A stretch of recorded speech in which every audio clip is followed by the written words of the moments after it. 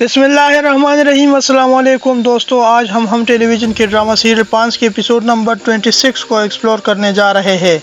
लेकिन उससे पहले अगर आपने हमारे चैनल को अभी तक सब्सक्राइब नहीं किया है तो सब्सक्राइब कीजिए, साथ ही बेल के आइकन पर क्लिक कीजिए ताकि हमारी हर आने वाली वीडियो की अपडेट्स आपको मिलती रहे। साहिल मेडिकल रिपोर्ट को जलाता है और अपनी माँ से कहता है कि ये रहे आपके मेडिकल रिपोर्ट, और उन पर बहुत ज़्यादा हंसता है। लेकिन उसकी माँ कहती है कि मुझे पता था कि तुम मेडिकल रिपोर्ट को मिटाने की कोशिश करोगे, ये तो तुमने जला दिए, मगर लेबॉर्ट्री में अभी भी सबूत मौजूद है।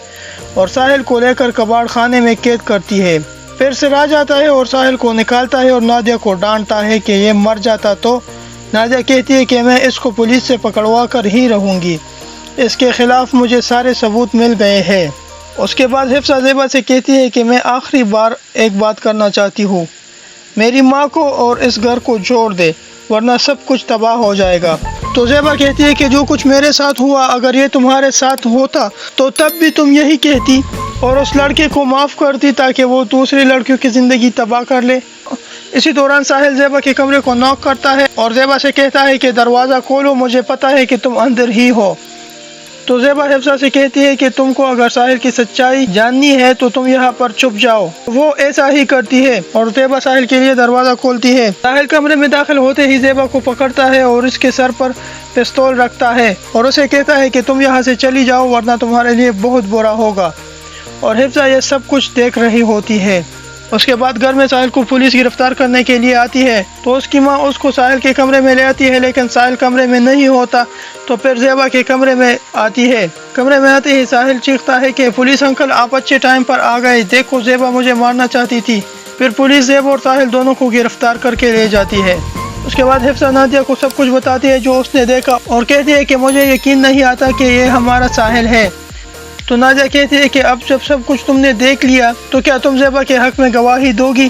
फिर सिराज आता है और नादिया से कहता है कि तुमको मिल गया सुकून अपने बेटे को दोबारा गिरफ्तार करके।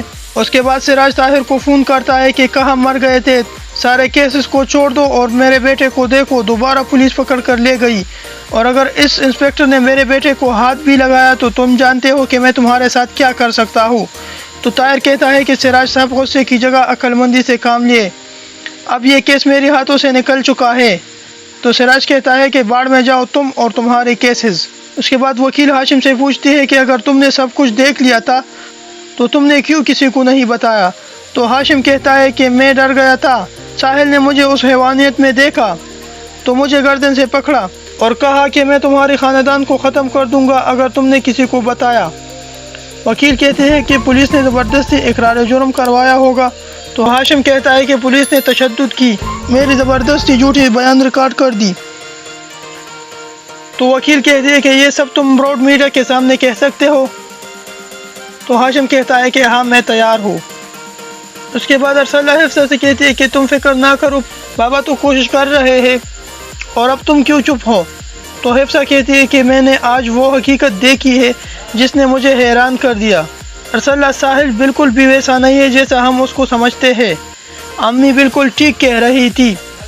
सिराज आता है और कहता है कि खबरदार अगर तुमने साहिल के खिलाफ एक लफ्ज़ भी बोला तुम भी अपनी माँ की तरह पागल हो गई हो। उसके बाद हिफ्सा समझ से भी माफ़ी मांगती है और कहती है कि अगर मुझे पता होता कि इन सब मसाइल का जिम्मेदार मेरा भाई साहिल है तो मैं कभी तुम पर शक ना करती, ना ही मैं अपने मासूम माँ के खिलाफ जाती और ना ही ज़ेबा जैसी मासूम और अच्छी लड़की पर शक करती। तो समझ कहता है कि ज़ेबा पहली लड़की नहीं जिसके साथ साहिल ने यह सब किया। उसके बाद हिफ्सा तानी जाती है और ज़ेबा से भी माफ़ी मांगती है। दोस्तों यदि हमारी आज की वीडियो उम्मीद करता हूँ आपको बहुत पसंद आई होगी। अगर पसंद आई है तो लाइक कीजिए, दोस्तों के साथ शेयर कीजिए, चैनल को सब्सक्राइब कीजिए और साथ ही बेल के आइकन पर क्लिक कीजिए और कमेंट में अपने राय का इजहार ज़रूर कीजिए। अल्लाह हाफ़िज़।